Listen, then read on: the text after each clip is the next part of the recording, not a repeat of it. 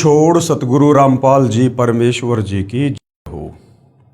परमपिता परमात्मा सारी सृष्टि के रचनहार कुल मालिक असंख्य ब्रह्मांडों के स्वामी जगत गुरु तीनों लोकों में प्रवेश करके सबका धारण पोषण करने वाले राजाधिराज आत्माधार नाथों के नाथ देवों के देव महादेव सर्वेश्वर महेश्वर मृत्युंजय अजरो अमर आदि अनादि सनातनी प्रभु जगत पिता जगदीश्वर श्री श्री 1008 की उपाधि के वास्तविक अधिकारी अकाल मूरत सौद स्वरूपी राम वासुदेव सर्वगतम ब्रह्म परम पूज्य प्रथम पूज्य परम संत परम पुरुष परम धनी परम दयालु सत्य कबीर हक्का कबीर अल्लाहु कबीर अल्लाहु अकबर बाखबर अल्लाह ताला जगत के तारणहार जगत के मुक्तिदाता जगत के जगन्नाथ हारे के सहारे हिंदुओं के राम मुसलमानों के अल्लाह सिखों के वायुगुरु ईसाइयों के मसीह दया के सागर दयानिधि करुणा के सागर करुणानिधि स्वयंभू परिभू संकट मोचन कष्टहरण मंगल करण दुख भंजन अविगत कबीर निर्विकार निर्विषम परमात्मा अलय अलेख सतगुरु आदि अनादि सतगुरु असली मर्यादा पुरुषोत्तम असली राम असली कृष्ण असली घनश्याम असली मुरारी राजाओं के राजा महाराजाओं के महाराजा शहंशाहों के शहंशाह सम्राटों के सम्राट भगवानों के भगवान अल्लाहों के अल्लाह प्रभुओं के प्रभु मसीहाओं के मसीह सच्चे वाहिगुरु बाबाओं के बाबा पीरों के पीर सेठों के सेठ जगत सेठ सावड़सा सेठ सर्वगुण संपन्न अनंत कोटि कलाओं के स्वामी अनंत कोटि ब्रह्मांडों के नायक योगियों में महायोगी ध्यानियों में महाध्यानी सिद्धों में परम सिद्ध ज्ञानियों में तत्व ज्ञानी ब्रह्म ज्ञानी महाज्ञानी परम ज्ञानी सर्वश्रेष्ठ ज्ञानी विज्ञानी युवा कबीर समर्थ कबीर असमवात अमित ओजा सच्चे रहनुमा करीम अल्लाह सुभान अल्लाह दुनिया के अंतिम पैगंबर 8 सितंबर 1951 से गांव धनाना जिला सोनीपत हरियाणा भारतवर्ष की पावन भूमि पे प्रकट रियल कल्कि भगवान श्री नारायण साकार हरि श्री बाबा साहेब नूर अनंत परमात्मा सच्चे दरवेश सच्चे बाखबर संत श्रोमणी सतगुरु रामपाल जी परमेश्वर जी के चरण कमल में आप और हम सभी भाई बहनों का अनंत कोटि दंडवत प्रणाम। सत्साई भाई और बहनों, बहुत बड़ी दया बहुत बड़ी मेहर पूज्य गुरुदेव भगवान की परमेश्वर रामपाल जी की, जिनके शुभ आशीर्वाद से विशेष आशीर्वाद से उन्हीं के सत्संगों का संग्रह पवित्र आध्यात्मिक पुस्तक ज्ञान गंगा के ऊपर वीडियो बनाने की श्रृंखला जारी है। इसी श्रृंखला में आज हमारा ये 35वें नंबर का वीडियो है। प्रत्येक वीडियो में पूज्य गुरुदेव भगवान के आशीर्वाद से हमें भक्ति मार्ग के विषय में शास्त्र अनुकूल साधना के विषय में बहुत कुछ जानने और समझने को मिल रहा है, जो जानने की इच्छा हमारी सदियों से थी। सतयुग में थी, त्रेता युग में थी, द्वापर युग में थी और कलयुग के प्रथम चरण में थी, परंतु हमारे तत्व ज्ञानहीन नादान केवल संस्कृत भाषा के तथाकथित विद्वान धर्म गुरुओं की अज्ञानता के चलते जो वे शास्त्रों को समझ नहीं पाए, शास्त्रों में परमेश्वर के विषय में भक्ति मार्ग के विषय में क्या लिखा है उसकी अच्छे से समझकर व्याख्या करके समाज को नहीं बता पाए, जिसके चलते भाई और बहनों सदियों से आत्मा अपने परमपिता परमेश्वर की प्राप्ति के लिए भटक रही है। और हमारे जितने भी पूर्वज थे वो इन हमारे तत्व ज्ञानहीन नादान धर्म गुरुओं की नादानी के चलते आज प्रेत योनि में, भूत योनि में, नरक में, लक 84 योनियों में अपना कष्ट भोग रहे हैं। तो भाई और बहनों, आज सदियों बाद युगों बाद परमपिता परमेश्वर कबीर साहिब जी ने स्वयं धरती पर तत्वदर्शी संत के रूप में सतगुरु रामपाल जी के नाम से प्रकट होकर पूरे विश्व के मानव समाज के ऊपर एक बहुत बड़ा उपकार किया है, बहुत बड़ा रहम किया है। आज परमेश्वर इन सभी धर्मों के सभी धर्मशास्त्रों से हमें उनका वास्तविक सार ज्ञान निकाल कर दे रहे हैं। आज परमेश्वर रामपाल जी ने हमें सृष्टि रचना के विषय में बताया, समझाया। उस सृष्टि रचना को हर धर्म के हर धर्म शास्त्र के ज्ञान से प्रमाणित किया। इस पवित्र पुस्तक ज्ञान गंगा को पढ़ने के बाद आपकी 101 पीढ़ी का उद्धार निश्चित है। ये वचन स्वयं सतगुरु रामपाल जी परमेश्वर जी के हैं और कहते हैं, साध वचन पलटे नहीं चाहे पलट जाए ब्रह्मांड, साधु बोले सहज स्वभाव, साधु का बोला मिथ्या न जाए। क्योंकि यदि आप सर्वप्रथम इस सतज्ञान को निष्पक्ष होकर धैर्य के साथ रुचि लेकर पढ़ेंगे और सतगुरु रामपाल जी से दीक्षा लेकर अपनी आत्मा का कल्याण करवाएंगे, तो निश्चित ही आपका परिवार भी आप जी के ही पद चिन्ह पर चलेगा और शास्त्र अनुकूल साधना करने के चलते वो भी आत्म कल्याण करवाएगा। तो भाइयों और बहनों, इसके लिए हमने सृष्टि रचना को समझना बहुत ज़रूरी है, क्योंकि सृष्टि रचना भक्ति मार्ग की मास्टर की है, नींव है भक्ति मार्ग की। तो जब तक सृष्टि रचना को हम अच्छे से नहीं पढ़ेंगे, हर धर्मशास्त्र से प्रमाणित करके जो सतगुरु रामपाल जी ने बता दिया है, जब तक उसको नहीं देखेंगे तब तक हम भक्ति मार्ग पर दृढ़ता के साथ आगे नहीं बढ़ सकते हैं। तो सृष्टि रचना को आप जब भी सतगुरु रामपाल जी के सत्संग सुनना शुरू करें, सर्वप्रथम 2, 4, 5 बार आप सृष्टि रचना को अवश्य सुनिए और पवित्र पुस्तकों से अवश्य पढ़िए। और ये सृष्टि रचना आपको विश्व में केवल सतगुरु रामपाल जी के सत्संगों से सुनने को मिलेगी या उन्हीं के कर कमल से लिखित पवित्र पुस्तकों से मिलेगी।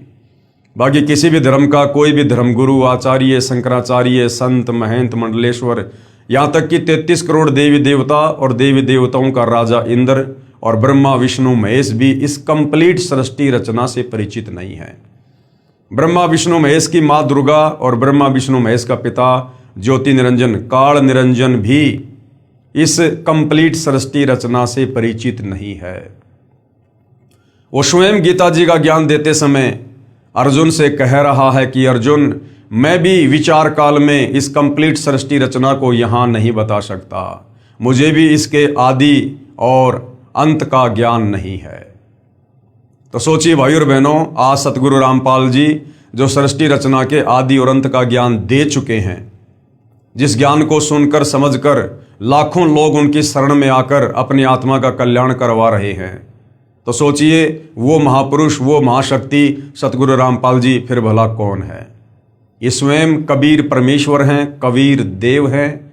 इनके अलावा अपने द्वारा रची गई सृष्टि की जानकारी इस सृष्टि में अन्य कोई जीव नहीं दे सकता, क्योंकि इस कबीर परमेश्वर जी के अलावा चाहे अक्षर पुरुष हो, चाहे ज्योति निरंजन हो, चाहे दुर्गा या ब्रह्मा विष्णु महेश हो, सब जीव संज्ञा में हैं। तो भाई और बहनों, बहुत बड़ा रहम किया है सतगुरु रामपाल जी ने, यदि आप उनके सत्संग सुनकर इस बात को समझना चाहो तो। अन्यथा ये मनुष्य जन्म हमारा बर्बाद हो जाएगा, बेकार हो जाएगा। जो मनुष्य जन्म 184 योनियों में असहनीय कष्ट भोगने के बाद सिर्फ और सिर्फ परमात्मा प्राप्ति के लिए मिलता है, तत्वदर्शी संत की खोज करके उस परम पद की प्राप्ति के लिए मिलता है, जहाँ जाने के बाद साधक फिर लौटकर इस काल के गंदे लोक में 21 ब्रह्मांड में जन्म मरण का कष्ट भोगने के लिए, 184 योनियों की पीड़ा सहन करने के लिए, तपतशिला का कष्ट उठाने के लिए और नरक भोगने के लिए नहीं आता है। वो सदा सदा सचखंड में अमर हो जाता है। तो भाइयों और बहनों, वैसे तो पवित्र पुस्तक ज्ञान गंगा के ऊपर कंप्लीट वीडियो बन चुके हैं, क्योंकि उसके बाद कुछ भाई बहनों के इंटरव्यू हैं, जिन भाई बहनों ने सतगुरु रामपाल जी की शरण प्राप्त करके और अकल्पनीय लाभ इस भक्ति मार्ग से उठाए हैं। पहले जो हर प्रकार की समस्याओं से ग्रसित थे, परिवार की तरफ से, शरीर की तरफ से, 3 ताप के कष्ट से, कर्म पाप दंड से जो बेहद दुखी थे, परेशान थे, जो परिवार धीरे धीरे पतन की ओर जा रहे थे, जिन परिवारों में नशा घर कर चुका था, बुराइयां घर कर चुकी थी, परमेश्वर रामपाल जी की शरण में आने के बाद आज वो ऋषि परिवार बन चुके हैं। आज उन लोगों को जो दिन में 1-1 बोतल शराब पी जाया करते थे, 2-2, 5-5 डबिया सिगरेट की पी जाया करते थे, हुक्का जिनके घर में 24 घंटे चलता था, आज उन लोगों को तंबाकू के धुआं से भी नफरत है।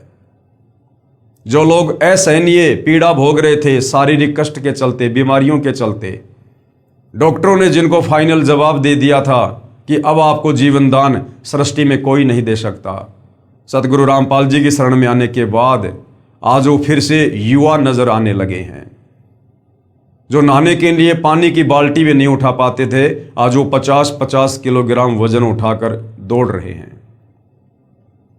भाई और बहनों, परमेश्वर के जो गुण हमारे धर्मशास्त्रों में वर्णित हैं, वेदों में, गीता जी में, हमें परमेश्वर की अच्छे से व्याख्या ना होने के कारण, परमेश्वर की समझ ना होने के कारण हम परमेश्वर की सतभक्ति करके परमेश्वर से होने वाले लाभ भी नहीं उठा पाए, हम वंचित रहे। और इसका कारण हमारे नादान धर्मगुरु, जो केवल एक भाषा विशेष के ज्ञाता अवश्य थे, परंतु तत्व ज्ञान से कोसों दूर थे। और तत्व ज्ञान के बिना किसी भी धर्म ग्रंथ को नहीं समझा जा सकता, नहीं जाना जा सकता। आप उसकी उल्टी ही व्याख्या करेंगे, आप उसका उल्टा ही अनुवाद करेंगे, और वही हमारे नादान धर्मगुरुओं ने किया। अब सतगुरु रामपाल जी ने आकर दया करी, मेहर करी, और आज वही पुण्यात्माएं परमेश्वर की महिमा का वर्णन कर रही हैं। उनके मुंह का थूक सूख जाता है, परंतु सतगुरु की महिमा करते करते वो आत्माएं थक नहीं रही हैं। तो उन्हीं में से कुछ आत्माएं हैं जिन्होंने सतगुरु रामपाल जी से उपदेश प्राप्त करने के बाद जो जो आध्यात्मिक लाभ शास्त्र अनुकूल साधना करने के चलते उठाए हैं, वो स्वयं अपने मुख से उनका वर्णन करते हैं, ताकि अन्य भाई बहनों को भक्ति करने की प्रेरणा हो। और जो आत्माएं परमात्मा प्राप्ति के लिए भटक रही हैं, मंदिर में, मस्जिद में, चर्च में, गुरुद्वारों में, तीर्थों पर, धामों पर, उन आत्माओं को भी एक शिक्षा मिले, उन आत्माओं को भी एक संदेश मिले, और वो आत्माएं भी सतगुरु रामपाल जी के सत्संग सुनकर अपनी परमेश्वर प्राप्ति वाली चाहत को पूरा करें। पवित्र पुस्तक ज्ञान गंगा, पेज नंबर 285, भटकों को शतमार्ग, भटकों को शतमार्ग।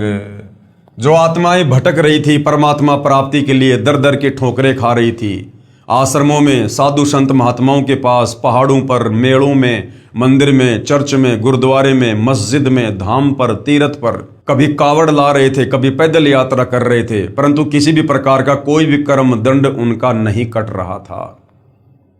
और जब नादान धर्मगुरुओं से बात करते थे रो रो के उनके चरणों में गिरकर, तो वो तत्व ज्ञानहीन धर्मगुरु कह देते थे कि ये तो आपके भाग्य में लिखा हुआ है, और भाग्य का लिखा तो भोगना पड़ता है।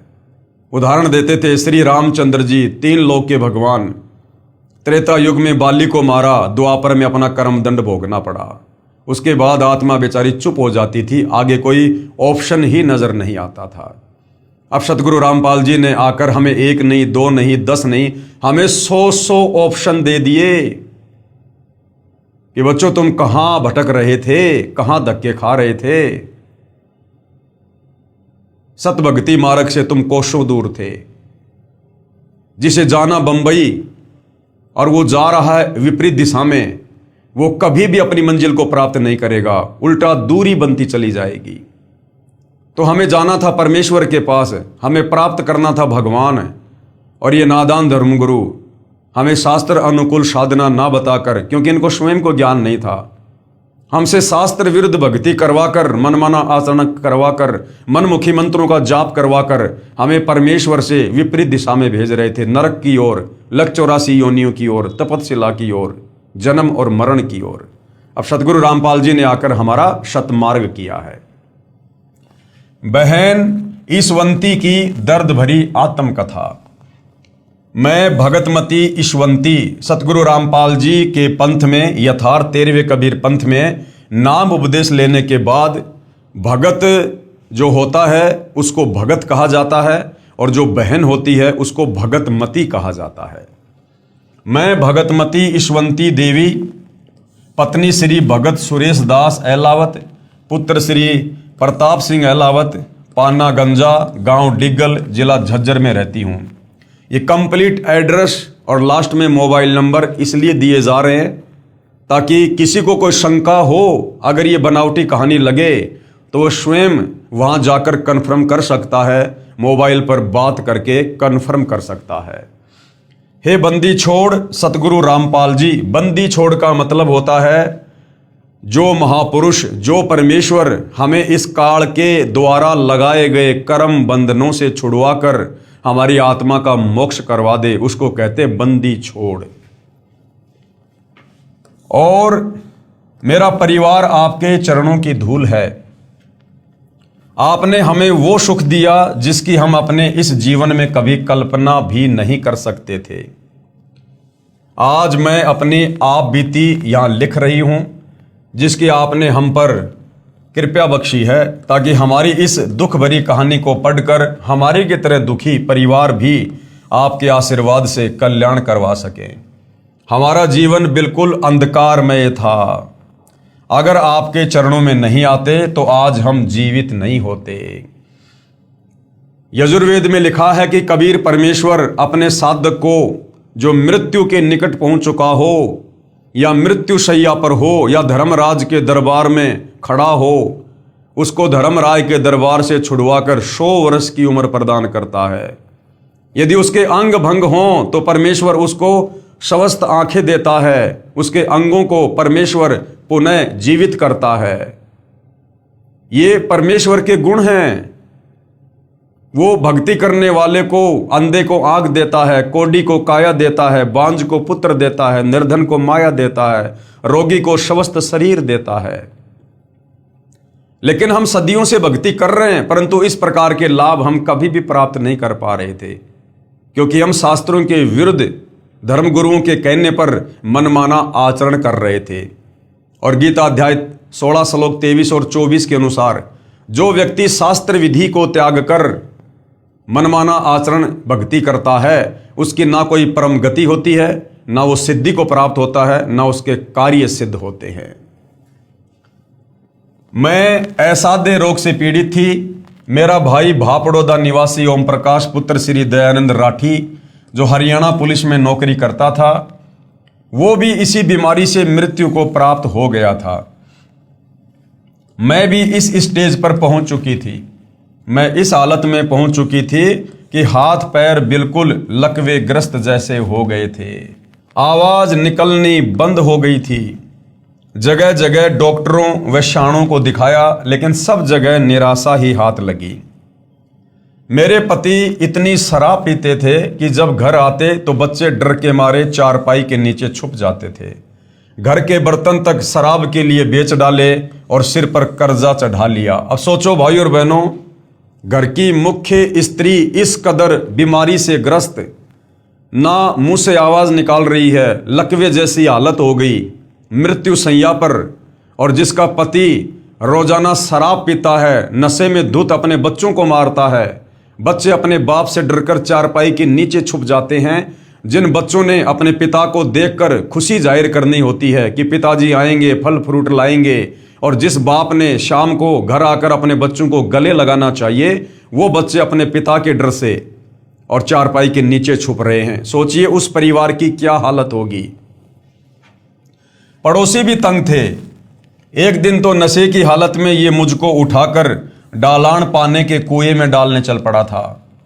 महापाप ओपरी हवा ने कहा कि किसकी क्या पोरस चलेगी, यानी किसकी क्या मजाल, मैं इस घर को बर्बाद करके छोड़ूंगा। मेरे भाइयों ने मेरे ऊपर ढेर सारा पैसा शाणों व डॉक्टरों के चक्कर में बर्बाद कर दिया, लेकिन मुझे कोई फायदा नहीं हुआ। मेरा पति शराब पीता था तथा बच्चे छोटे छोटे थे, ससुराल में कोई सहारा नहीं था। मेरा भाई सुखवीर जो डीटीसी में ड्राइवर है, उसने परम पूज्य सतगुरु रामपाल जी महाराज से नाम उपदेश ले रखा है। उसने कहा कि बहन को सतगुरु रामपाल जी महाराज से नाम उपदेश दिलवा देते हैं, मरना तो इसको है ही, ये आखिरी उपाय कर लेते हैं। इस पर मेरे पिताजी श्री दयानंद राठी ने कहा कि क्या कोई नाम उपदेश से ठीक होता है। इस पर मेरे भाई ने इन सब को नाम उपदेश की महिमा के बारे में समझाया। इसके बाद सब ने कहा कि देख लेते हैं। ये कहकर मुझे सतगुरु रामपाल जी महाराज के चरणों में लेकर गए। उस वक्त सतगुरुदेव गांव पंजाब खोड़ दिल्ली में सत्संग कर रहे थे। पूरा परिवार मुझे लेकर रात को 10 बजे महाराज जी के चरणों में गए। ये बात 25 दिसंबर 1996 की है। मेरे भाई ने पूज्य रामपाल जी महाराज को मेरी दुखदायी कथा बताई। गुरुजी ने रात को 10 बजे सत्संग में ही नाम उपदेश की रजा बख्शी। उससे पहले मेरी जुबान भी बंद हो चुकी थी, जीभ नहीं उठती थी। जब 26 दिसंबर की सुबह यानी नाम दीक्षा के अगले दिन सुबह मैं उठी तो अपने आप को बेहतर हालत में बोलते पाया तथा अपने भाई को बताया कि इतने वर्षों बाद मुझे लग रहा है कि मैं अपने शरीर में हूं तथा मेरे शरीर से जैसे कोई भार उतर गया है। जो भूत प्रेत की बाधा थी, ओपरी पराई शक्ति थी, वो नाम उपदेश लेते ही वहां से छू मंतर हो गई। मुझे बोलते देखकर मेरा भाई सुखवीर हैरान रह गया तथा कहा कि महाराज रामपाल जी तो साक्षात कबीर परमेश्वर आए हैं। और भाई इसमें कोई शंका नहीं है, सतगुरु रामपाल जी स्वयं कबीर परमात्मा ही हैं। मैं बीड़ी पीती थी, उसी दिन छोड़ दी। घर आए तो मेरे पति भगत सुरेश ने कहा कि तुम क्या नाम लेकर आए हो, मैं देखता हूं तुम्हारे नाम में इतनी क्या शक्ति है। अपनी माँ से बोला कि ये अच्छा नाम लेकर आए बच्चे, सुबह गुड मॉर्निंग की जगह सत साहिब बोलने लगे हैं।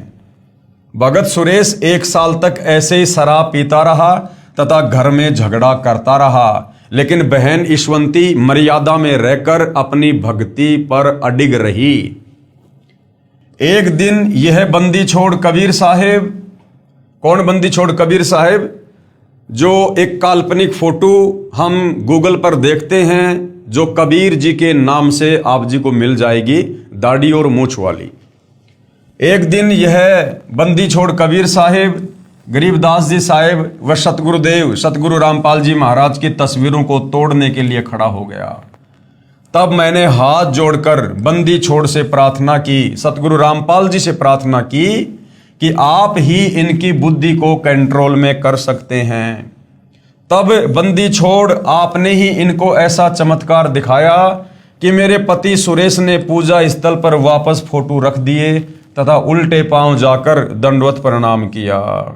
सतगुरु रामपाल जी प्रकट हो गए, फोटो से सामने बिल्कुल दिखाई दे रहे हैं साक्षात। तो भाई सुरेश की तो सिट्टी पिट्टी गुल हो गई और वापस फोटो रख दी और गुरुदेव को दंडवत प्रणाम किया। तब से लेकर आज तक उन्होंने शराब बीड़ी आदि सब बुराइयों को त्याग दिया। इन सब का गवाह पाना गंजा व डिगल गांव है। मुझे पुनर्जन्म मिला देखकर मेरे दुख में दुखी मेरे भाई राजेंद्र सिंह राठी डीएसपी हरियाणा व भाई प्रेम प्रकाश राठी एडवोकेट दिल्ली सहित पूरे परिवार ने भी नामदान ले लिया। नाम उपदेश लेने के बाद कबीर परमेश्वर ने यानी सतगुरु रामपाल जी ने ऐसे ऐसे सुख दिए जिसकी कल्पना भी नहीं की जा सकती। हमारी भैंस ने सर्प खा लिया था, यानी भैंस ने जो सर्प होता है सांप, उसको खा लिया। भैंस का बिल्कुल बुरा हाल था। डॉक्टर को दिखाया तो उन्होंने बताया कि इसने कोई जहरीली वस्तु खा ली है तथा 10 इंजेक्शन लगा दिए। अगले दिन भैंस की आंखों से नीला पानी बहना शुरू हो गया, यानी जहर का असर हो गया तथा भैंस अंधी हो गई। डॉक्टर भी हाथ खड़े कर गए। तब रात में शौपन में, अब ध्यान देना भाइयों, तब रात में शौपन में सतगुरुदेव रामपाल जी भगवान नजर आए। उन्होंने भैंस के शरीर पर हाथ फेरा। सुबह उठे तो हमने तथा पड़ोसियों ने अपनी आंखों से भैंस के मुंह में सांप को देखा तथा उसको निकाला। अब चाहते तो सतगुरु रामपाल जी बिना शौपन में दर्शन दिए भी भैंस को स्वस्थ कर सकते थे, सांप को बाहर निकाल सकते थे, लेकिन इस प्रकार के हल्के फुल्के चमत्कार परमात्मा जी इसलिए दिखाते हैं ताकि भक्ति करने वाली भगत आत्मा को विश्वास हो कि वास्तव में ये यहाँ हमारा नुकसान होना था, लाखों रुपयों का भैंस मरनी थी, लेकिन आज मैं गुरुदेव भगवान की शरण में हूँ, इसलिए मेरे परमेश्वर की रजा से हमारी भैंस स्वस्थ हुई है। तो इस प्रकार के छोटे मोटे चमत्कार गुरुदेव अपने भक्तों के विश्वास को बनाए रखने के लिए करते हैं। भैंस स्वस्थ हो गई तथा पूरा दूध देने लग गई। ऐसे ऐसे पता नहीं कितने सुख आपने हमें दिए। कल तक हमारे पास 10 रुपए तक नहीं थे।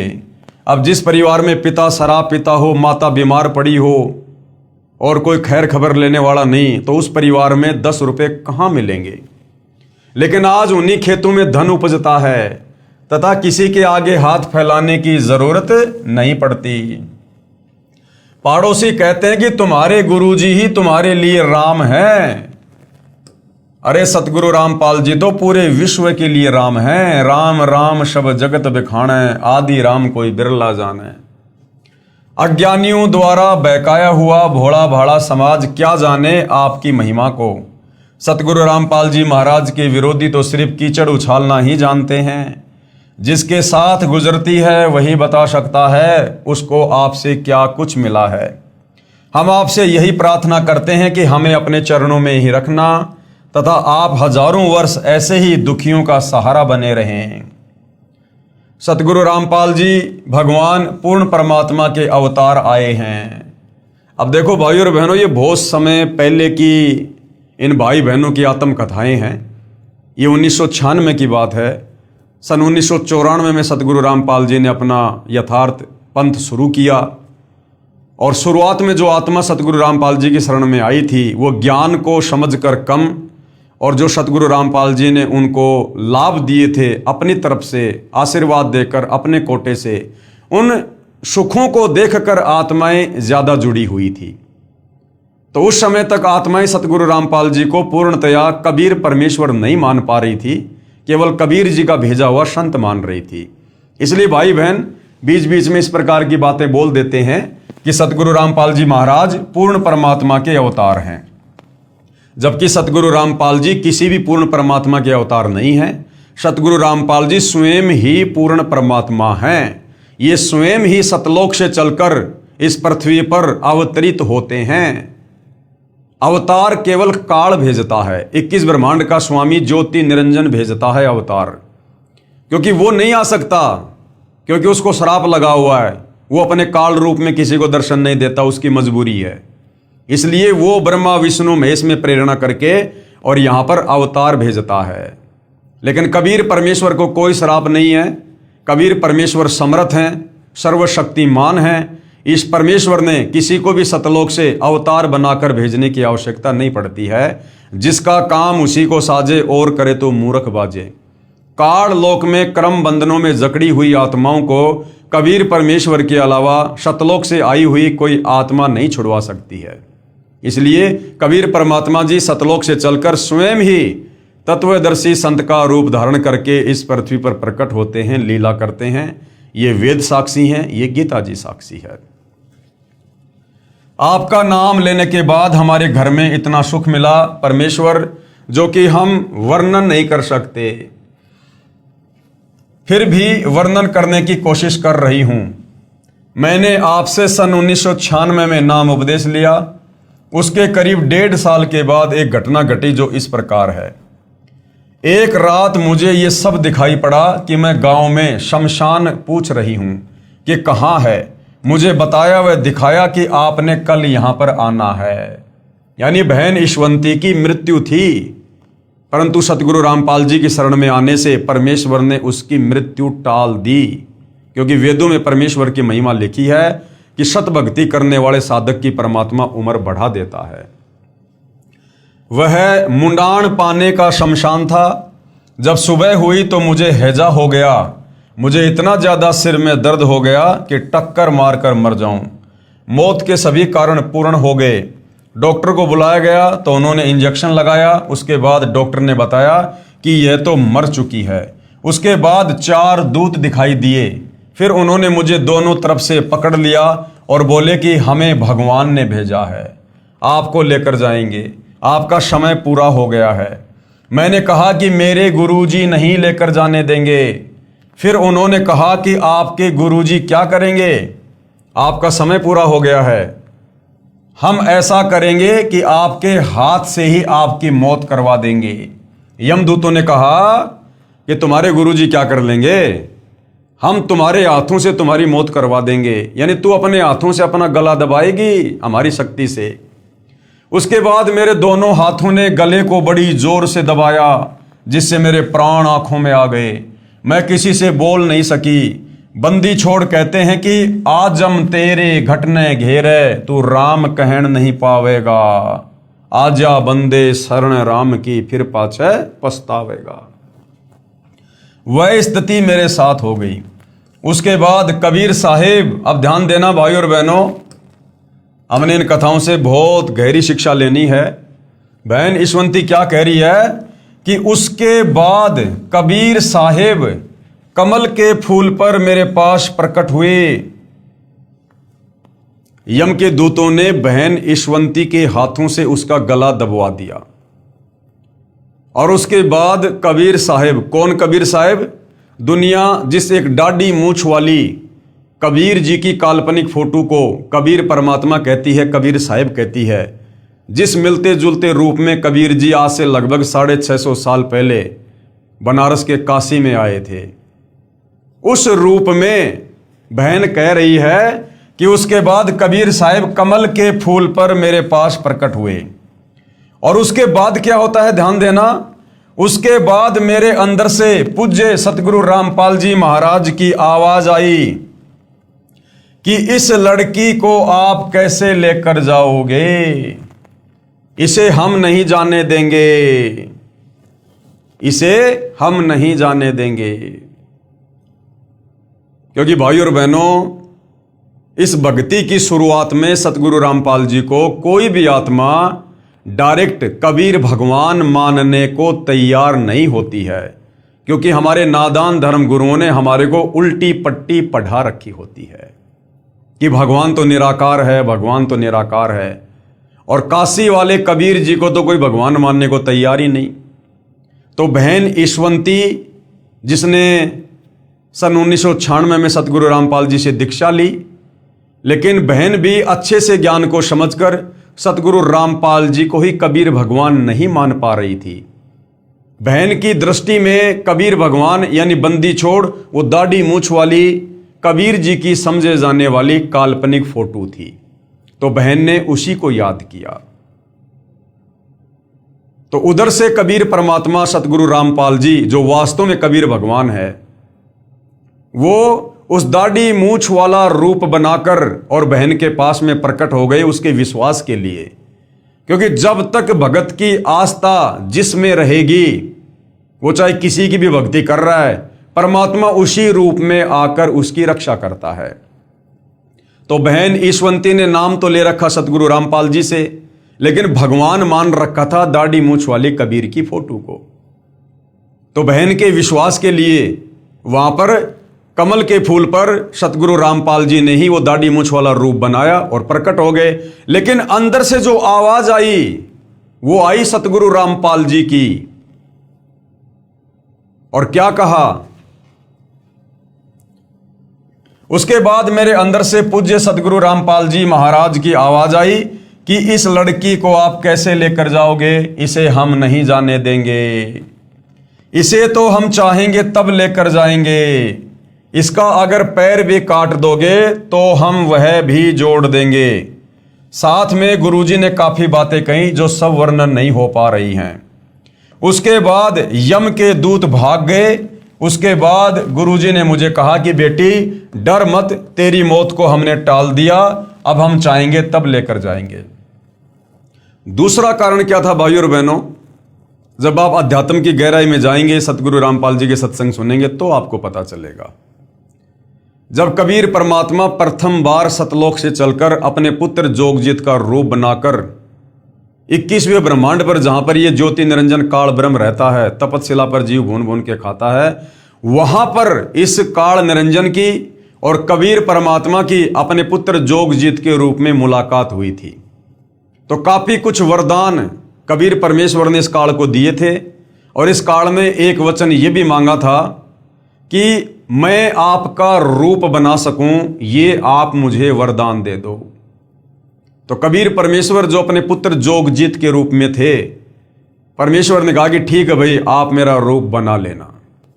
मेरे जिस भगत के पास में सत भक्ति मंत्र होगा, शब्द होगा, उसको तू कुछ नहीं कर पाएगा।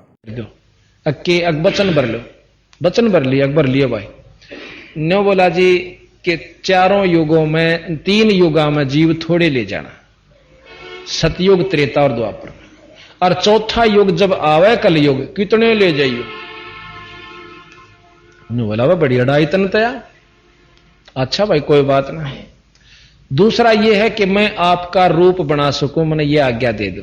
अग बना लिए, तेरे रूप तक की आंट लागेगी, मेरे अंश के पास जिस पास नाम होगा तेरा रूप रह ही नहीं सकता उसके आगे।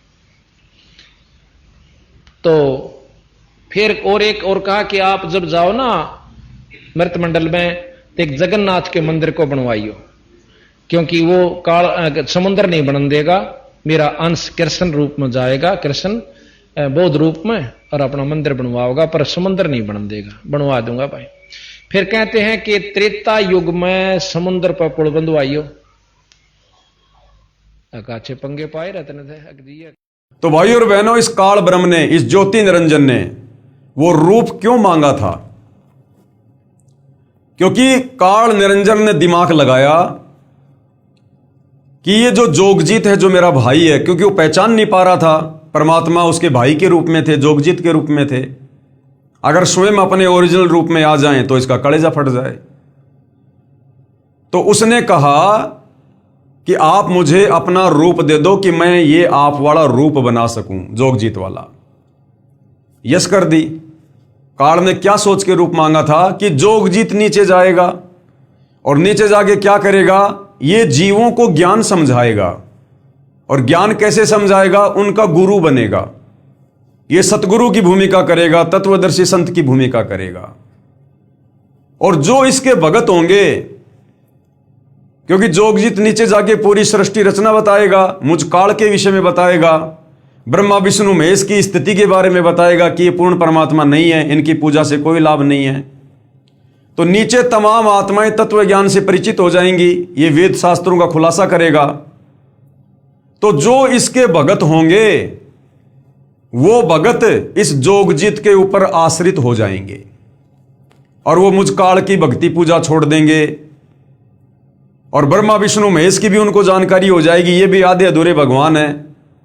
तो ब्रह्मा विष्णु महेश में भी उन भक्तों की किसी प्रकार की कोई आस्था नहीं होगी, अन्य देवी देवता तो बहुत दूर की बात है। तो काल ने दिमाग लगाया कि मेरी तो मजबूरी है, मैं तो डायरेक्ट अपने ओरिजिनल रूप में जाके किसी को भ्रमित में कर नहीं सकता। तो जब इस जोगजीत के भगत सतयुग में, त्रेता युग में, द्वापर में और कलयुग में, जब इस जोगजीत के भगत शरीर छोड़ने के बाद में त्रिकुटी पर आएंगे, क्योंकि त्रिकुटी एक इंटरनेशनल एयरपोर्ट है आगे किसी भी लोक में जाने का, तो काल को पता था कि जोगजीत के भगत जिनकी जोगजीत पर पूर्ण आस्था होगी, वो शरीर छोड़ने के बाद में सूक्ष्म शरीर में त्रिकुटी पर आएंगे। और यहां आने के बाद मैं उनको भ्रमित करने की कोशिश करूंगा, ठगने की कोशिश करूंगा। तो यदि मैं ब्रह्मा विष्णु महेश का रूप बनाकर लोभ लालच दूंगा, ब्रह्मा विष्णु महेश के लोक में जाने की सलाह दूंगा कि मौज करोगे, मस्ती करोगे, चलो तुम्हें बहुत बड़ा वहां पे कोई पद देंगे, तो जोगजीत के भगत जो तत्व ज्ञान से परिचित हैं, धर्मशास्त्रों से परिचित हैं, ब्रह्मा विष्णु महेश की औकात से, सामर्थ्य से परिचित हैं, वो ब्रह्मा विष्णु महेश के चक्कर में नहीं आएंगे। और मैं अपना रूप काल वाला बना नहीं सकता, मेरी मजबूरी है। तो उन भक्तों को यदि ठगा जा सकता है तो उनके गुरु का रूप बनाकर ठगा जा सकता है, क्योंकि भगत तो अपने गुरु के कहने से आगे आगे चलेगा। तो काल ने सोचा कि जोगजीत नीचे जाएगा, गुरु बनकर ज्ञान देगा और गुरु पर उनके भक्तों की आस्था होगी। और फिर जब त्रिकुटी पर ये भगत आएंगे तो मैं जोगजीत का रूप बनाकर, ये दाढ़ी मूछ वाला रूप बनाकर, जिसे आज दुनिया कबीर परमात्मा कहती है, कबीर साहिब कहती है, जो रूप इस काल ने मांग रखा है कि मैं ये वाला रूप बनाकर और उन भगतों को ठग लूंगा। भगत सोचेंगे हमारे गुरुजी खड़े, हमारे गुरुजी, और मैं उनको कहूंगा बच्चों आ जाओ मेरे पीछे पीछे चलो सतलोक, और मैं उनको नकली सतलोक में ले जाकर ठोक दूंगा। इसलिए जोगजीत ने वो रूप मांगा था। तो यहां बहन ईश्वंती के पास में, क्योंकि अब हमने दूसरे पहलू से विचार करना है, तो बहन ईश्वंती के पास में उसके प्राण लेने के लिए वो काल जोगजीत का रूप बनाकर, जिसको दुनिया कबीर जी समझ रही है, दाढ़ी मूछ वाली फोटो, उस रूप में आया उसके प्राण लेने के लिए, ताकि ईश्वंती उसे परमात्मा समझकर, कबीर साहिब समझकर और उसके साथ साथ चली जाए और काल उसे अपने जाल में फंसा ले, लक 84 में डाल दे। तो जैसे ही बहन ईश्वंती ने देखा, क्योंकि उसकी आस्था उस फोटो में थी कि कबीर जी यही हैं दाढ़ी मूछ वाले, वो उसी को पूजा करती थी, गुरु जी को केवल अपना गुरु जी माना करती थी, सतगुरु रामपाल जी को। तो बहन ईशवंती ने देखा कि बंदी छोड़ आ गए, कबीर साहब आ गए भाई। लेकिन वो उस समय काल था, बंदी छोड़ के रूप में, जोगजीत के रूप में, दाढ़ी मूछ वाले रूप में, क्योंकि उसने वरदान मांग रखा है। तो वो कुछ कहता उससे पहले सतगुरु रामपाल जी, रियल कबीर, अंतर्यामी परमात्मा, बहन ईशवंती के अंदर से आवाज देते हैं और उस दाढ़ी मूछ वाले कमल के फूल पर बैठे हुए काल को, जो कि कबीर के रूप में था, क्या कहा? उसके बाद मेरे अंदर से पूज्य सतगुरु रामपाल जी महाराज की आवाज आई कि इस लड़की को आप कैसे लेकर जाओगे? अब किसको कह रहे हैं सतगुरु रामपाल जी अंदर से आवाज करके? बहन ईशवंती को कौन दिखाई दे रहा था? वो दाढ़ी मूछ वाला, वो कबीर जिसमें काल था। सतगुरु रामपाल जी कह रहे हैं आप इस लड़की को कैसे लेकर जाओगे? मैं नहीं लेकर जाने दूंगा। कि इस लड़की को आप कैसे लेकर जाओगे? इसे हम नहीं जाने देंगे, इसे तो हम चाहेंगे तब लेकर जाएंगे। इसका अगर पैर भी काट दोगे तो हम वह भी जोड़ देंगे। साथ में गुरुजी ने काफी बातें कही जो सब वर्णन नहीं हो पा रही हैं। उसके बाद यम के दूत भाग गए, उसके बाद वो भाग गए सारे के सारे वहां से। उसके बाद गुरुजी ने मुझे कहा कि बेटी डर मत, तेरी मौत को हमने टाल दिया, अब हम चाहेंगे तब लेकर जाएंगे। इसलिए भाई और बहनों, सतगुरु रामपाल जी के पंथ में यदि वास्तव में पूर्ण मोक्ष प्राप्त करना है तो उस दाढ़ी मूछ वाली कबीर की समझे जाने वाली काल्पनिक फोटो को हमने अपने घर से, अपने घट से, अपने दिलो दिमाग से डिलीट करना पड़ेगा, निकालना पड़ेगा। क्योंकि देखो अब हम बच्चे नहीं हैं, हमें सतगुरु रामपाल जी ने अच्छे से सारा ज्ञान समझा दिया है। अब हमारे को कॉमन सेंस भी होनी चाहिए, कुछ बातें हमारे को कॉमन सेंस से भी समझ में आनी चाहिए। देखो शुरुआत में स्वयं कबीर भगवान होते हुए भी और सतगुरु रामपाल जी ने आप और हमसे भक्ति करवाने के लिए उस दाढ़ी मूछ वाली काल्पनिक कबीर की समझे जाने वाली फोटो को कबीर भगवान की फोटो बताकर आप और हमसे भक्ति करवाई। यदि गुरुजी शुरुआत में कह देते कि मैं ही कबीर हूं, 650 साल पहले धानक रूप में काशी में मैं ही आया था, तो भाई और बहनों 1994 में कोई भी सतगुरु रामपाल जी की इस बात पर यकीन नहीं करता और कोई उनके सत्संग सुनना भी पसंद नहीं करता कि ये देखो गांव दनाने का रामपाल जाट है, ये कल का लड़का हमारी आंखों के सामने पैदा हुआ है और ये अपने आप को कबीर भगवान कहता है। अरे पाखंड की भी हद होती है। इस प्रकार के मन में पता नहीं क्या क्या कुविचार उत्पन्न होते, तो हम सतगुरु रामपाल जी के सत्संग सुनना भी पसंद ना करते, उनको अहंकारी समझकर अपनी नादानी के चलते। तो आप और हमें भक्ति पर लगाने के लिए सतगुरु रामपाल जी ने उस फोटो का सहारा लिया।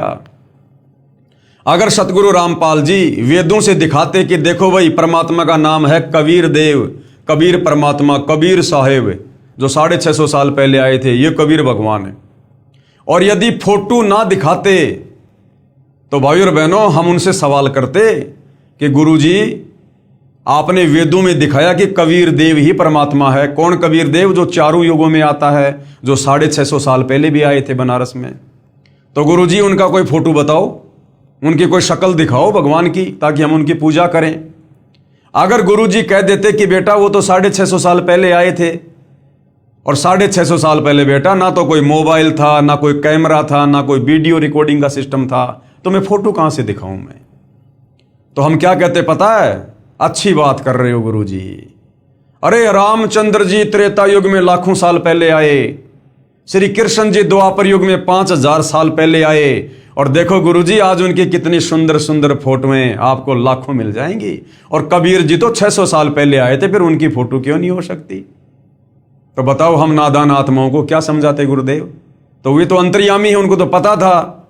इसलिए गुरुदेव भगवान ने उस काल्पनिक फोटो को हमारे सामने रख दिया, जो कि हाथ से बनाया गया एक चित्र है, और कहा कि यो कबीर भगवान है, ताकि हम गुरुदेव के सत्संग सुने, उनसे उपदेश लें और उस फोटो को भगवान मानकर शत भक्ति शुरू करें। और जब धीरे धीरे धीरे धीरे तत्व ज्ञान सुनेंगे तो 2, 4, 5, 10 साल में तो ये बात समझ में आएगी कि वास्तव में कबीर भगवान वाले काम आज धरती पर कौन कर रहा है। हमें ये इतने सुख, मुर्दों को जीवन, ये कबीर भगवान दाढ़ी मूछ वाले ने दिए या फिर सतगुरु रामपाल जी ने दिए? हमें उपदेश देकर ये ज्ञान, शास्त्रों का गूढ़ रहस्य सतगुरु रामपाल जी ने समझाया या उस दाढ़ी मूछ वाले काल्पनिक कबीर भगवान ने समझाया? तो सतगुरु रामपाल जी ने ये सोचकर कि फिलहाल ये मुझे परमात्मा के रूप में स्वीकार नहीं करेंगे, क्योंकि ये तत्व ज्ञान से बहुत दूर हैं। इसलिए सतगुरु रामपाल जी ने उस काल्पनिक फोटो को, जो आपको गूगल पर मिल जाएगी, उसको कबीर भगवान बताकर हमारे सामने पेश किया। वो फोटो हमें दी, उस फोटो की हम पूजा करने लगे। लेकिन भाइयों और बहनों, अब हमें सतगुरु रामपाल जी ने ज्ञानी बना दिया, विद्वान बना दिया, मास्टर बना दिया भक्ति मार्ग में। अब हमने कॉमन सेंस का भी प्रयोग करना चाहिए। अब यदि हमारी आस्था उसी फोटो में लगी रही तो भाइयों और बहनों, कल को जब हम त्रिकुटी पर जाएंगे तो स्थूल शरीर छोड़ने के बाद में जो सूक्ष्म शरीर रहेगा उसमें ज्यों के त्यों विचार रहेंगे। अगर हमने उसी दाढ़ी मूछ वाले को भगवान माना, यदि हमारी जरा भी आस्था उस दाढ़ी मूछ वाली फोटो में रही कि ये कबीर भगवान है, तो वो काल त्रिकुटी पर वही रूप बना के आएगा दाढ़ी मूछ वाला, जो ईशवंती बहन के पास में कमल के फूल पर बैठकर आया था काल, और हमें ठग ले जाएगा। हम उसको भगवान मानकर आंख बंद करके उसके पीछे पीछे चले जाएंगे कि आओ बच्चों चलो शतलोक में, बैठो विमान में, और ठोक देगा नकली शतलोक में। फिर हमारी एक भैंस जिसका ब्याने का समय नजदीक था, वो एक दिन बिल्कुल बुत की तरह हो गई, अकड़ गई, टाइट हो गई। डॉक्टर को बुला कर लाए तो डॉक्टर ने टाइम से पहले ही हाथों से बच्चा निकाला। उसके बाद भैंस ने जेर नहीं डाली। किसी के कहने पर हमने जो थोड़ी सी जेर बाहर होती है उस पर ईंट बांध दी तो वह जेर टूट गई।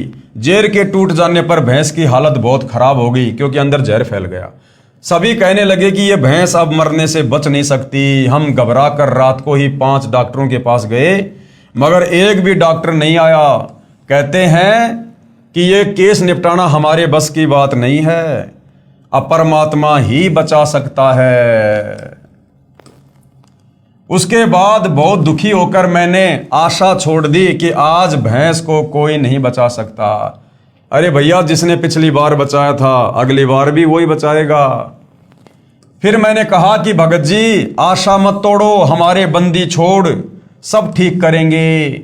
उसके बाद बंदी छोड़ के सामने दंडोत प्रणाम किया। दंडोत प्रणाम किया उसी दाढ़ी मूछ वाली कबीर की फोटो के सामने। लेकिन भाई रियल में जो बंदी छोड़ है, जो कबीर भगवान है सतगुरु रामपाल जी, वो भोले भगत की आस्था के आधार से, जिसकी भी आस्था है, परमात्मा उस रूप में जाकर उसकी रक्षा अवश्य करता है। और हमने प्रार्थना की। उसके बाद सुबह एक डॉक्टर के पास गए तो उसने आकर देखा तो कहा ये बचेगी नहीं। ऐसे ही हमारी भैंस के साथ हुआ था, तो बड़े डॉक्टर ने भरपूर कोशिश की मगर नहीं बच पाई। उसके बाद कहने लगे कि परमेश्वर की दया से बच भी गई तो दूध नहीं देगी। उसके 7 दिन बाद गुरुजी दिखाई दिए। कौन गुरुजी? सतगुरु रामपाल जी, कि भैंस की आंतड़ियों में से जेर निकाल रहे हैं।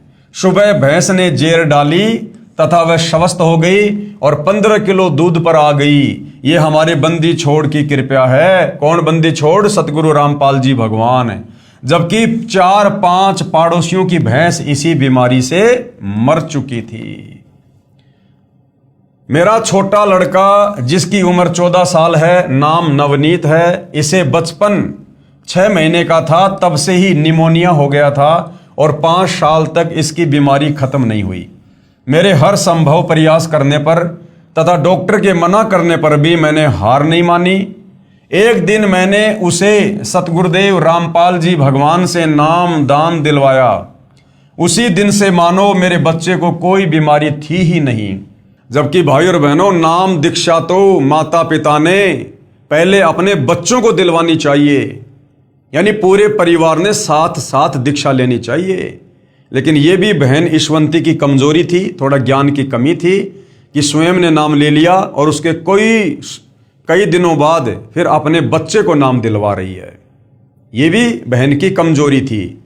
जबकि ये पता होने के बाद कि परमात्मा धरती पर है, सर्व सुख दाता है, उस बहन के नरक बन चुके परिवार को गुरुदेव ने स्वर्ग कर दिया भक्ति देकर, और फिर भी अपने बच्चों को नाम नहीं दिलवा रही थी।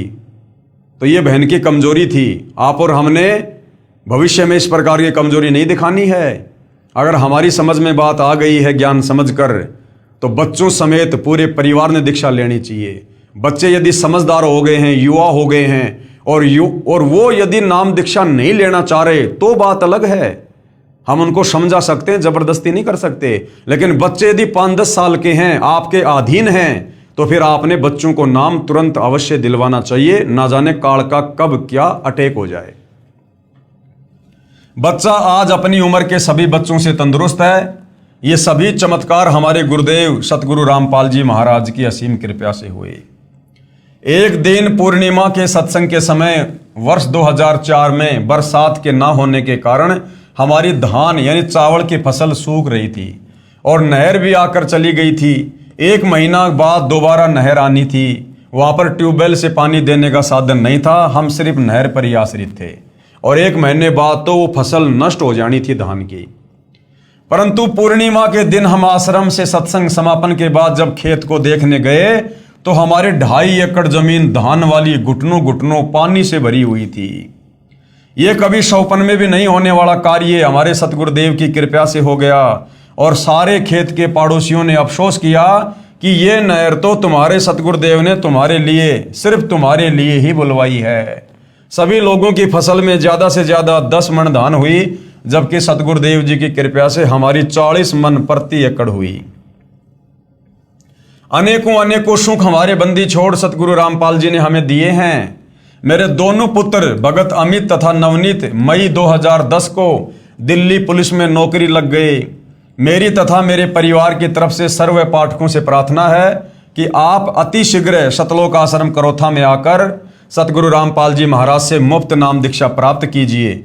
मनुष्य जीवन व्यर्थ ना करें। कबीर परमेश्वर जी कहते हैं, भाई काल करे सो आज कर, आज करे सो अब, और पल में प्रलय होएगी फिर करोगे कब। सत साहेब जय बंदी छोड़ की, सतगुरु रामपाल जी भगवान की जय। तो भाई और बहनों, देखा आपने, ये सत्य आत्म कथा है उन आत्माओं की जो हर प्रकार से मरणासन स्थिति में थे। कहां तो इस परिवार का बेड़ा गर्क होना था। ऊपरी शक्तियां, ऊपरी पराई, भयंकर बीमार बहन, पति 1 नंबर का शराबी, बच्चा भी बीमार, और माता पिता की ऐसी हालत हो तो फिर बच्चों को कौन संभालता। और आज कबीर परमेश्वर सतगुरु रामपाल जी की असीम रजा से जैसे उस परिवार ने उपदेश लिया, दीक्षा ली, आज परमेश्वर ने उस परिवार को स्वर्ग बना दिया। बहन की बीमारी, रफू चक्कर, दोनों लड़के सरकारी नौकरी लग गए, पति ने शराब त्याग दी और आज वो परिवार सुख से अपना जीवन व्यतीत कर रहा है। तो भाई और बहनों, ऐसा परमेश्वर ही कर सकते हैं। प्रारब्ध में लिखे कष्टों को सतगुरु के अलावा, कबीर भगवान के अलावा दूसरा कोई समाप्त नहीं कर सकता। कहते माशा घटे ना तिल बदे विधाता लिखे जो लेख। इस काल बली ने जो लेख हमारे लिख दिए होते हैं वो कहते हैं मेटे नहीं मिटाए जा सकते, परंतु साचा सतगुरु मेट कर ऊपर मार दे मेख। लेकिन जो सच्चा सतगुरु होता है, पूर्ण सतगुरु होता है, और वो पूर्ण सतगुरु स्वयं कबीर भगवान ही होता है। और इस काल के लिखे लेखों को केवल वो सतगुरु ही समाप्त कर सकता है। चित्रगुप्त के कागजों को सतगुरु ही समाप्त कर सकता है, यदि वो पूर्ण सतगुरु है तो। सतगुरु जो चावे सो कर ही, 14 कोटि दूत यम डर ही, ऊत भूत जम त्रास निवारे, और चित्रगुप्त के कागज फाड़े। इस परिवार के लिए सतगुरु रामपाल जी ने चित्रगुप्त के कागज फाड़ दिए और अपनी लेखनी से उस समर्थ कबीर परमेश्वर सतगुरु रामपाल जी ने इस परिवार का नया सुंदर भाग्य लिख दिया। तो भाई और बहनों, ये आप लोगों के साथ भी हो सकता है, ये सबके साथ हो सकता है। परमेश्वर इस धरती पर वर्तमान में पूरे विश्व के मानव समाज के लिए, सबके आत्मा के कल्याण के लिए, सबके उद्धार के लिए हैं। लेकिन कहते हैं भाई सकल पदार्थ है जगमाही, भाग बिना नर पावत नाही। सतगुरु रामपाल जी की शरण प्राप्त करना आम इंसान के वश की बात नहीं है। जिनके युगों युगों के भक्ति संस्कार मजबूत होते हैं वही आत्माएं उनके चरणों तक पहुंच पाती हैं, उनके सत्संगों को सुनकर विश्वास कर पाती हैं और फिर उनसे जुड़कर उपदेश लेकर भक्ति का लाभ उठा पाती हैं। तो ये आपकी आंखों के सामने बहन ईशवंती की आत्मकथा है। उसके बाद एक और भगत आत्मा है जिन्होंने अपनी आत्मकथा बताई है। उजड़ा परिवार बसा, मैं भगत रमेश पुत्र श्री उमेद सिंह, गांव पेटवाड़, तहसील हांसी, जिला हिसार का रहने वाला हूं। अब एम्प्लॉयज कॉलोनी जेल के सामने जिंद में सहपरिवार रहता हूं। नाम लेने से पहले हम भूतों की पूजा करते थे, यानी श्राद्ध निकालना, अपने पूर्वजों के श्राद्ध निकालना, भूतों की पूजा करना। क्योंकि शास्त्र विधि को त्याग कर जो मनमाना आचरण करता है, मरने के बाद वो प्रेत योनि में जाता है और फिर ये हमारे नादान धर्म गुरु आप और हमें उस प्रेत योनि में ले जाने के लिए उन पूर्वजों की जो भूत बने हुए हैं उनके श्राद्ध निकलवाना शुरू करवा देते हैं। हमारे गांव में बाबा सरिया की मान्यता थी, जिस पर हम प्रत्येक महीने की पूर्णिमा को ज्योति लगाने जाते थे। हम शुक्रवार, जन्माष्टमी, शिवरात्रि का व्रत भी करते थे, पितरों का पिंडदान और श्राद्ध भी निकालते थे। श्राद्ध निकालने के लिए, पिंडदान करने के लिए, व्रत करने के लिए, समाधि पूजने के लिए गीता जी साफ साफ मना कर रही है। फिर भी हमारा घर बिल्कुल उजड़ चुका था। जब मैं 12 वर्ष का था तब मेरे पिताजी की मृत्यु हो गई थी। घर में 3 सदस्य थे, तीनों की आपस में लड़ाई रहती थी। तीनों को भूत प्रेत बहुत दुखी किया करते थे और तीनों बहुत ज़्यादा बीमार रहा करते थे। पहले डॉक्टरों को दिखाया पर कोई आराम नहीं हुआ। फिर सेवड़ों के पास गए, कोई कहता तुम 5,000 रुपये दे दो, मैं तुम्हें बिल्कुल ठीक कर दूंगा। कोई कहता तुम 10,000 रुपये दे दो। हम बिल्कुल उजड़ चुके थे परंतु कोई आराम नहीं हुआ। फिर क्या होता है भाई और बहनों, परमेश्वर अपनी आत्माओं को छल छिद्र करके अपनी शरण में लेता है। मेरे रिश्तेदार भगत रघुवीर सिंह गांव कोतकला वाले के बार बार कहने से मेरी माता जी ने सन 1996 में सतगुरु रामपाल जी महाराज से नाम ले लिया। मेरी पत्नी को 5 वर्ष उपरांत भी कोई संतान उत्पन्न नहीं हुई थी। मेरी माता जी के कहने से मेरी पत्नी ने भी सतगुरु रामपाल जी महाराज से नाम ले लिया। नाम दान लेते ही 1 वर्ष के अंदर मेरी पत्नी ने एक लड़के को जन्म दिया। मेरा भगवान से विश्वास उठ चुका था, इस कारण मैंने नाम नहीं लिया तथा अपनी माता व पत्नी को भी सतगुरु रामपाल जी के पास जाने से मना करता था। मेरा लड़का जो 15 दिन का था बहुत ज़्यादा बीमार हो गया। डॉक्टरों ने कह दिया कि यह लड़का सुबह तक मर जाएगा, इसे ले जाओ। शाम को एक भगत ने बंदी छोड़ सतगुरु रामपाल जी महाराज के बारे में बताया कि आश्रम जिंद में आए हैं, वे पूर्ण संत हैं और वे ही इस बच्चे को ठीक कर सकते हैं। हम डॉक्टरों और सेवड़ों के पास जा जाकर थक चुके थे। मेरा भगवान से विश्वास उठ गया था। मैंने उस भगत को मना कर दिया, किंतु उसने दोबारा फिर प्रार्थना की कि वे स्वयं बंदी छोड़ भगवान ही धरती पर आए हुए हैं, यदि वे दया कर दें तो ये लड़का ठीक हो सकता है। अब देखो भाई और बहनों, भगत जो होता है वो अपने गुरुजी के प्रति श्रद्धावान होता है और होना भी चाहिए। तो उस समय जो भगत थे, सतगुरु रामपाल जी से उपदेश प्राप्त थे, वो बार बार कहा करते थे कि सतगुरु रामपाल जी खुद ही बंदी छोड़ हैं, सतगुरु रामपाल जी खुद ही कबीर भगवान है, धरती पर आए हुए हैं। परंतु हृदय से माना नहीं करते थे, केवल कहा करते थे क्योंकि उनको लाभ हुए, उनको सुख हुए, लेकिन वो हृदय से उनको बंदी छोड़ माना नहीं करते थे। क्यों? अगर वो हृदय से सतगुरु रामपाल जी को ही कबीर भगवान मानते तो उन भक्तों के घरों में आज भी वही दाढ़ी मूंछ वाली कबीर की काल्पनिक फोटो पूजा स्थल पर आपको लगी हुई मिल जाएगी। इसका मतलब अभी भी आस्था भगवान के रूप में उस दाढ़ी मूंछ वाली फोटो में ही है। लेकिन सतगुरु रामपाल जी की संगत में जो साध संगति से जुड़े हुए सत्सेवक भाई बहन हैं, जिन्होंने सतगुरु रामपाल जी के आशीर्वाद से वास्तव में उनको जाना है, उनको पहचाना है और परमेश्वर के रूप में मानकर आज उनकी यथार्थ पूजा कर रहे हैं, शास्त्र अनुकूल साधना कर रहे हैं जो भगवान की होती है, तो उन साध संगति से जुड़े भाई बहनों के घरों में आपको सतगुरु रामपाल जी के अलावा अन्य किसी की कोई फोटो नहीं मिलेगी। क्योंकि उन साध संगति से जुड़े भाई बहनों ने अपने गुरुदेव को ज्ञान आधार से और हृदय से बंदी छोड़ के रूप में स्वीकार कर लिया है कि एक साधे सब सदे, सब साधे सब जाए, माली सींचे मूल को फले फूले अगाए। उन आत्माओं ने ज्ञान आधार से निर्णय लिया कि जब हमारे गुरुदेव स्वयं कबीर भगवान हैं, धरती पर प्रकट हैं, तो वो 650 साल पहले वाली यानी जिस रूप में कबीर भगवान आए थे, आज वो काल्पनिक फोटो हमारे किस काम की, जब आज स्वयं वो कबीर भगवान साक्षात हमारे गुरुदेव के रूप में प्रकट हैं। तो और ऐसे तो ना जाने कितने अरबों खरबों बार ये कबीर भगवान सतगुरु रामपाल जी सतयुग से लेकर त्रेता द्वापर और कलयुग में आते रहते हैं, जाते रहते हैं। तो हम कितनी फोटोओं को पूजेंगे, कितने स्वरूपों को पूजेंगे। तो वर्तमान में यदि हमने मोक्ष चाहिए तो अपने प्रेजेंट गुरु को, अपने वर्तमान गुरु को ही अपना इष्ट मानकर पूजना होगा, अपना भगवान मानकर पूजना होगा। उन्होंने फिर प्रार्थना की कि वे स्वयं बंदी छोड़ भगवान ही आए हुए हैं, यदि वे दया कर दें तो ये लड़का ठीक हो सकता है। उस भगत के इतने विश्वास के साथ कहने पर मैंने अपनी माता जी को अनुमति दे दी। मेरी मां ने लड़के को ले जाकर सतगुरु रामपाल जी महाराज के चरणों में रख दिया और रोते हुए प्रार्थना की कि महाराज जी ये बच्चा मर चुका है, अब आप ही इसे ठीक कर सकते हो। तब बंदी छोड़ सतगुरु रामपाल जी महाराज ने कहा कि कबीर परमेश्वर की रजा से ये ठीक हो जाएगा।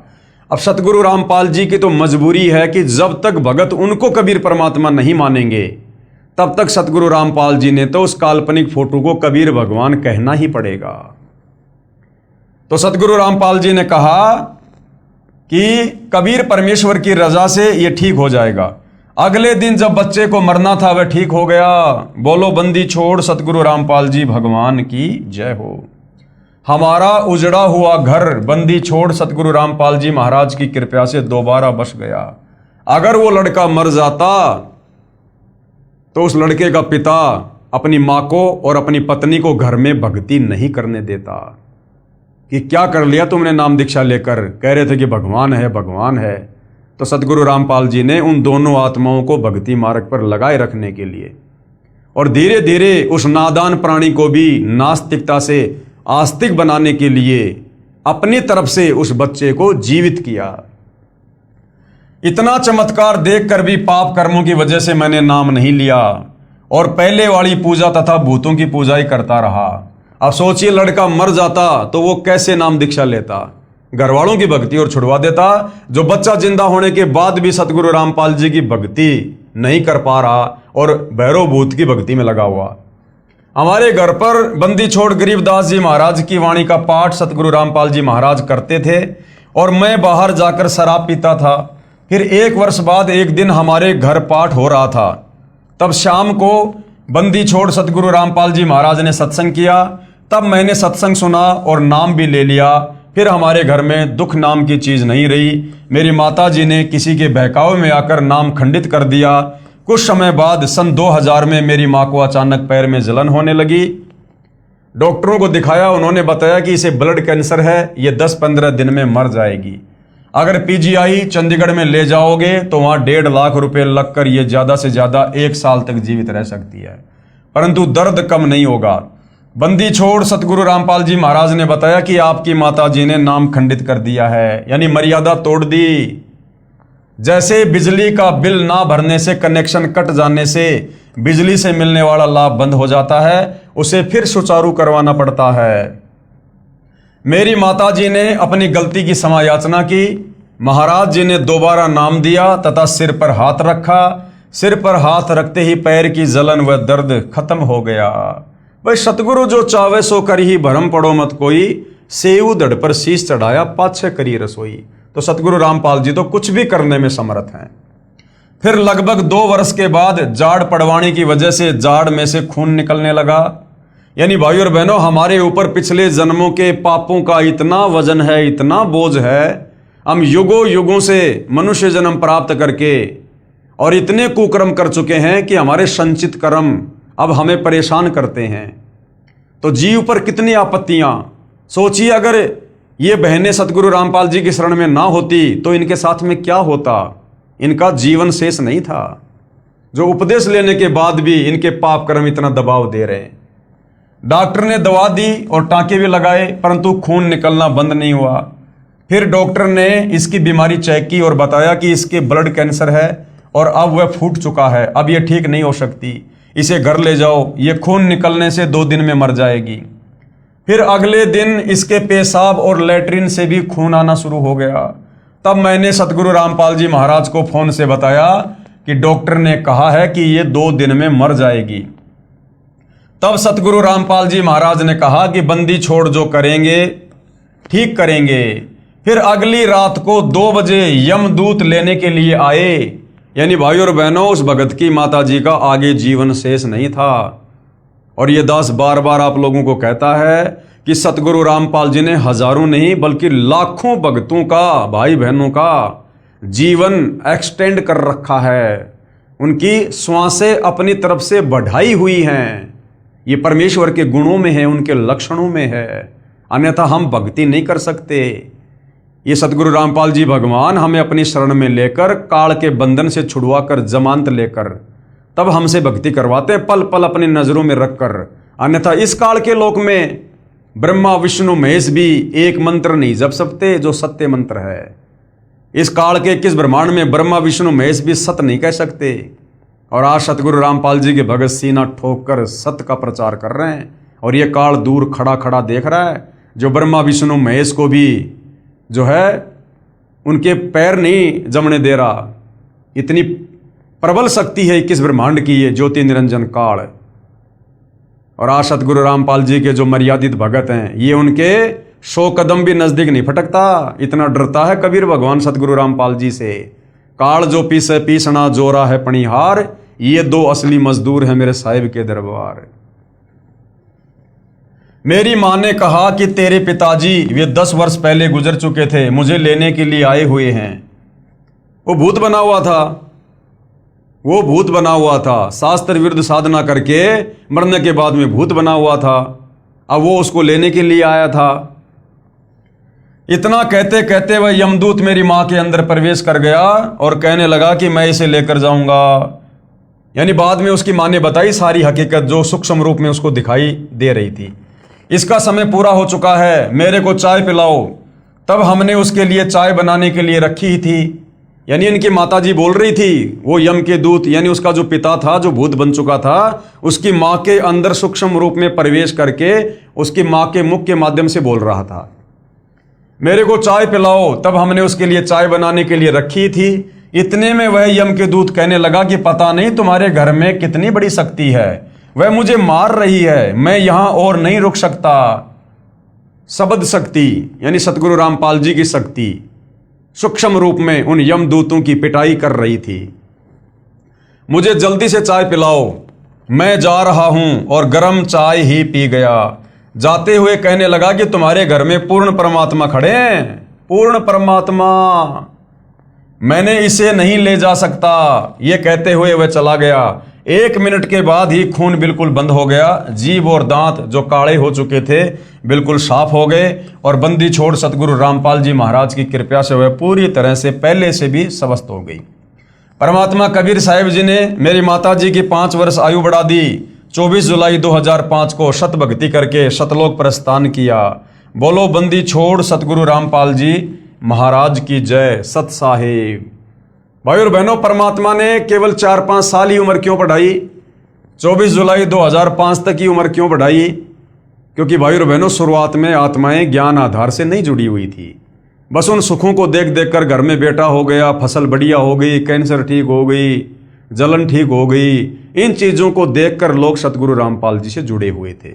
और जब तक आप ज्ञान को आधार बनाकर नहीं जोड़ोगे, आप कभी भी डगमग हो जाओगे। तो सतगुरु रामपाल जी को पता था, अंतर्यामी भगवान को, कि 12 जुलाई 2006 को तो करोथा कांड होगा। और करोथा कांड के बाद उस आत्मा के मन में दोष आना था। वो सारी भक्ति कमाई गुरु में दोष देख के नष्ट करने वाली थी, बर्बाद करने वाली थी भक्ति छोड़कर। तो परमेश्वर ने उस आत्मा को 4-5 साल की उम्र बढ़ा के उससे भक्ति करवा दी। और करोथा कांड होने से पहले पहले उस आत्मा का शरीर भी छुड़वा दिया, ताकि उसकी भक्ति सुरक्षित रहे और उस आत्मा को तुरंत दूसरा मनुष्य जन्म मिल जाए और फिर से किसी भगत के घर में जन्म लेकर अपने आगे की भक्ति शुरू कर दे।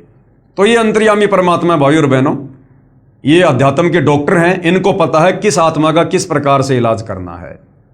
तो इनकी शरण में आने के बाद फिर भगत की नहीं चलती है, कोई मीन मेक नहीं चलती है। यदि भगत ने अपने आप को गुरुदेव के चरणों में सरेंडर कर दिया, ज्ञान को समझ लिया, तो भगत का काम है मर्यादा में रह के भक्ति करना, सत्य कहना, सत्य के मार्ग पर चलना, अपने गुरु जी के पद चिन्हों पर चलना, बाकी काम फिर पूर्ण ब्रह्म परमेश्वर सतगुरु रामपाल जी का होता है। तो भाई और बहनों, ये जो आपने 2 आत्म कथाएं सुनी हैं, लास्ट में इन्होंने अपना मोबाइल नंबर दिया है, भगत रमेश दास, मोबाइल नंबर इतना है। ये बिल्कुल सत्य हैं, इनमें कोई मीन मेख नहीं है, किसी को झूठ बोलने का कोई शौक नहीं है। यदि आपको लगता है कि झूठ है तो सतगुरु रामपाल जी का ज्ञान सुनो, और यदि आपको ऐसा कोई रोग है, कोई परेशानी है, तो सतगुरु रामपाल जी से उपदेश लेकर उनके द्वारा बताई गई शास्त्र अनुकूल भक्ति को मर्यादा में रहकर करो, उन मंत्रों का जाप करो। जो लाभ इन आत्माओं को हुए आपको भी होगा। परमात्मा इनका कोई रिश्तेदार थोड़ी था, परमात्मा तो सबका है, हम सभी उसके बच्चे हैं। लेकिन शास्त्र विरुद्ध साधना करने के चलते, गीता और वेदों के विरुद्ध, कुरान शरीफ, कुरान मजीद, तोरे, जबूर, इंजिल, ये गुरु ग्रंथ साहिब, बाइबल, इन तमाम धर्म ग्रंथों के विपरीत साधना करने के चलते, उन नादान धर्म गुरुओं के कहने पर आप और हम परमात्मा की भक्ति से होने वाले लाभों से वंचित हैं। वरना परमेश्वर तो भाई खड़ा खड़ा लाभ देता, खड़ा खड़ा जो इन परिवारों को दिया। तो भाई और बहनों, इसी प्रकार से कुछ और आत्माएं हैं जिन्होंने इस पुस्तक में आगे अपनी सत्य आत्म कथा लिखवाई है, जो लाभ उनको सतगुरु रामपाल जी से उपदेश लेने के बाद प्राप्त हुए हैं। तो उनका भी हम जिक्र करेंगे। तो आज के वीडियो में केवल इतना ही। कल परमेश्वर के आशीर्वाद से फिर सेवा में हाजिर होंगे। तब तक पूज्य गुरुदेव भगवान हम सबको आज्ञा दे, आशीर्वाद दे, सद्बुद्धि दे, हमारा मार्गदर्शन करे, भ्रमने भटकने से बचाए। बंदी छोड़ सतगुरु रामपाल जी परमेश्वर जी की जय हो।